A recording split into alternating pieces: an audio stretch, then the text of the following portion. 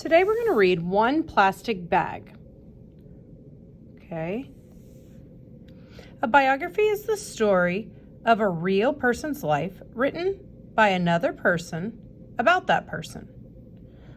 Okay, so what we're going to do is you're going to hear lots of words like he, she, him, her, his, hers, they, them, theirs. The person who's writing the story isn't going to talk about I did this or I did that. That would be an autobiography. Okay, so here we go. One Plastic Bag. Njau, Gambia. So this is our location. We know we're not in the United States, we're in Gambia. Isatu walks with her chin frozen. Fat raindrops pelt her bare arms, and her face hides in the shadow of a palm leaf basket, and her neck stings with every step. Warm scents of burning wood and bubbling peanut stew drift past. Her village is closed now. She lifts her nose to catch the smell. The basket tips. One fruit tumbles, then two, then 10. The basket breaks.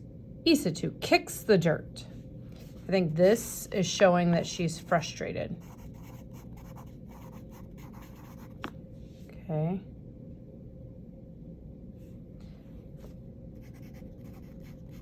She's walking with her fruit.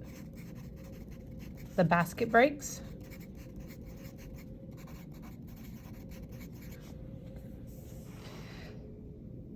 Something silky dances past her eyes, softening her anger. It moves like a flag flapping in the wind and settles under a tamarind tree. Isatu slides the strange fabric through her fingers and discovers it can carry things inside. She gathers her fruit in the bag. The basket is useless now. So remember, less means without, so it's without use. You can't use it anymore. She drops it, knowing it will crumble and mix back in with the dirt. Okay, right here where it said flapping in the wind, they're talking about, compared it to a flag, right? Whatever was flying past her, the bag, flapping in the wind, that's kind of getting you to see and hear it, okay? The wind flapping, moving it through. So she finds a plastic bag. She carries her stuff in there. 4 goats greet Isatu as grandmother Mombim emerges from her kitchen hut. Hurry in before the rain soaks your beautiful Mombim. So it's raining.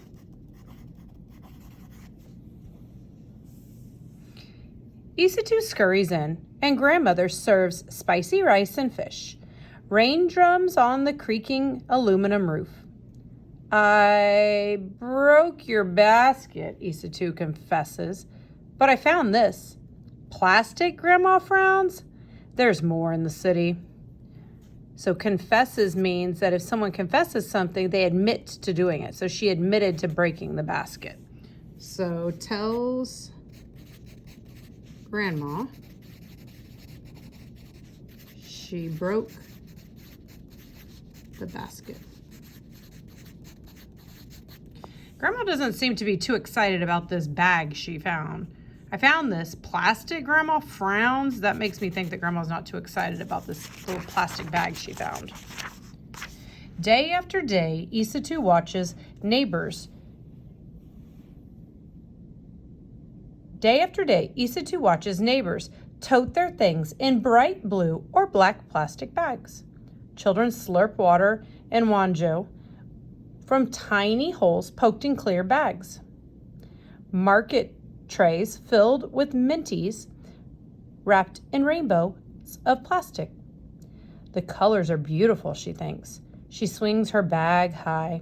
The handle breaks.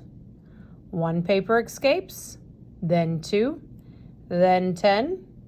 Isatu shakes sand off her papers. Another plastic bag floats by, and she tucks her things inside. The torn bag is useless now. She drops it into the dirt.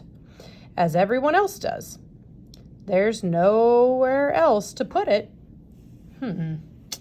They tend to throw the bags on the floor, right?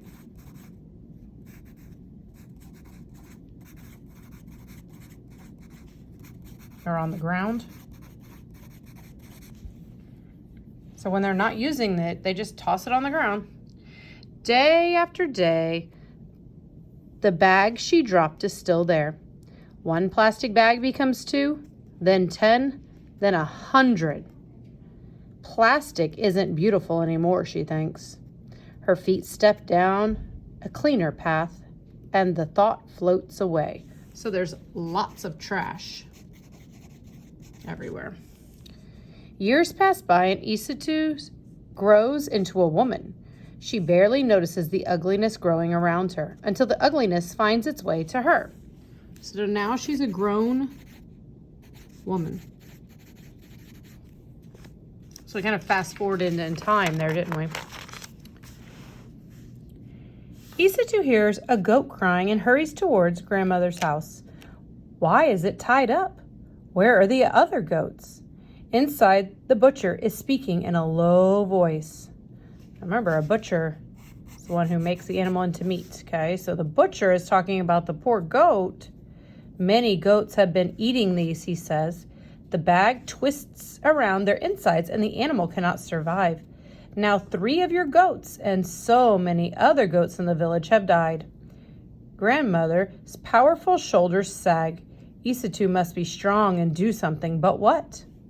Uh-oh. So the goats eat the bags, and then sometimes they die or they get sick. Okay. So they have a real problem. It's not just the fact that these bags are ugly all over the ground. It's that now their goats that give them milk and food are now eating those bags and dying. So I want you to stop and think about problem after problem. First, there was a problem with just the bags being on the ground. No conflict. No resolution. That was the conflict. No resolution because now we have another problem. One problem led to another problem. These goats are eating it. So it makes me think, kind of stop and predict, what is she thinking? What is she going to do? Look at this. Isatou's feet lead her to an old, ugly road. A pile of garbage stands as wide as grandmother's cooking hut. Mosquitoes swarm near dirty pools of water alongside the pile. Smoke from burning plastic stings her nose. Her feet back away.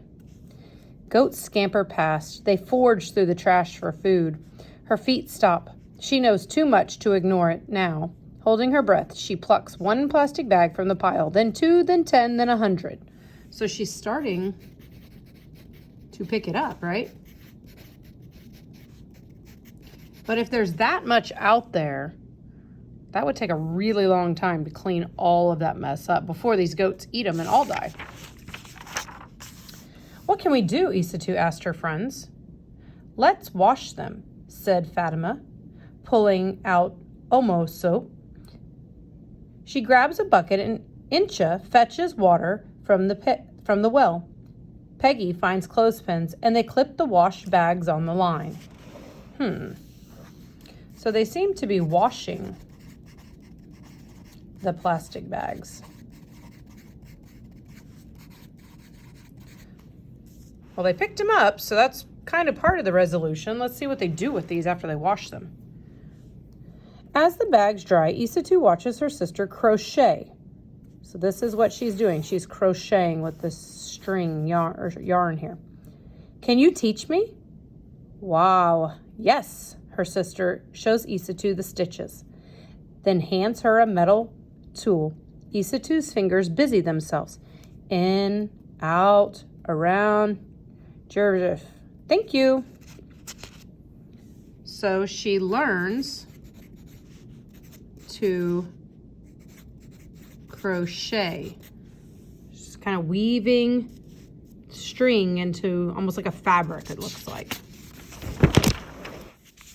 Isatou finds a broomstick and carves her own tool from its wood. What's that for? Fatima asks. Isatou pauses. She and Peggy have an idea. But will their friends think it's crazy? Will the idea even work? Nervously, she explains the plan. So they make a plan. Do we know what that plan is yet? Nope. Let's find out.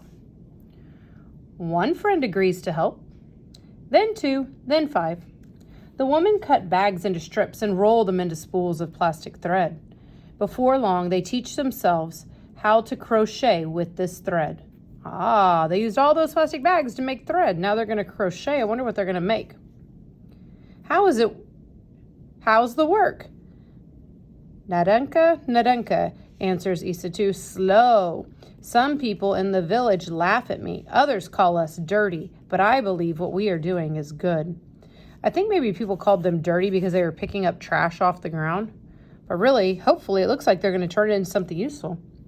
The women crochet by candlelight, away from those who mock them, until a morning comes when they will no longer work in secret. So people make fun of them.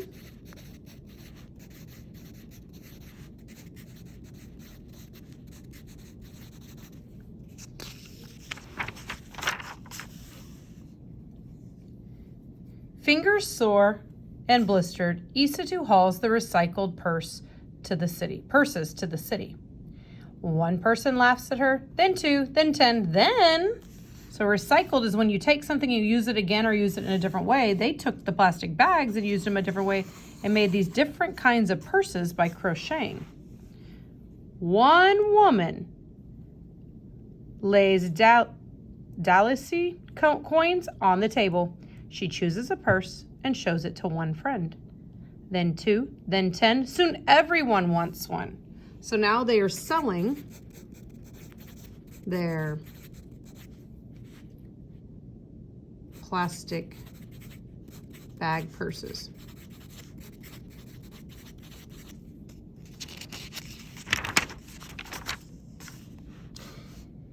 Isatu fills her own purse with Dalasi. Remember, those were coins, right? Or money.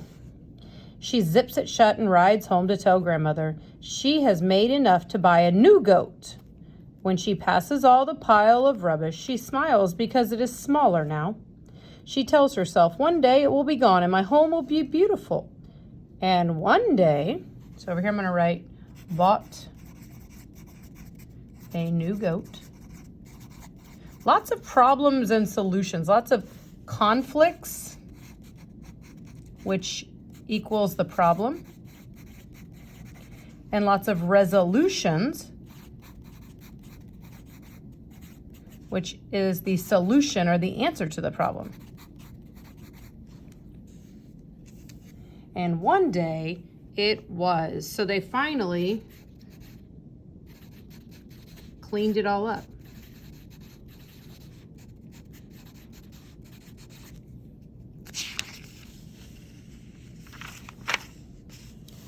So here we have author's note, okay? I think they're showing me where Gambia is located. So here's Africa. Africa is this big piece of land, and way over here in this tiny little space is Gambia, okay? So let's read what it says. It seems to be some kind of river going into here. The author's note says, I first traveled to Gambia, West Africa in 2003 as a volunteer teacher. I had an amazing experience, but something threatened to ruin my memory of it all. The heaps of garbage piled everywhere. The problem seemed too big to fix. Then a friend told me that in a rural village, a woman named Isatu Sesi was doing something about it. My friend showed me a beautiful purse made from recycled plastic bags, and I vowed to meet Isatu. During my third stay in the Gambia in 2007, I finally connected with Isatu and visited her home in Njau. There, I interviewed many women and girls, including the original Gambian woman who had begun the recycling project with Isatu a decade earlier. They shared past stories of dead livestock, strangled gardens, and malaria outbreaks linked to the trash, but they had also shared new stories of healthier families, better income, and increased self-confidence. Although I wasn't able to include all of the details about the women and their projects in this book, I believe the story I've shaped captures their spirit and inspirational accomplishments. Today, Nzhao is much cleaner. The goats are healthier and the gardens grow better. Residents from nearby towns travel there to learn the craft of recycling. People from around the world continue to purchase the recycled purses, and the women contribute some of their earnings towards an empowerment center where community members enjoy free health and literacy classes. So that means they get free health care, and then they also get to learn how to read, as well as learn about the dangers of burning plastic trash. In 2012, that center also became a home for the region's first public library. By the time you enjoy reading this story, I hope that a copy of One Plastic Bag is shelved there and that it will be checked out once, then twice, then 100 times. So this was a true story about a woman named Isatou. So how did we spell her name? Isatou. Okay, that was a biography. That was our genre.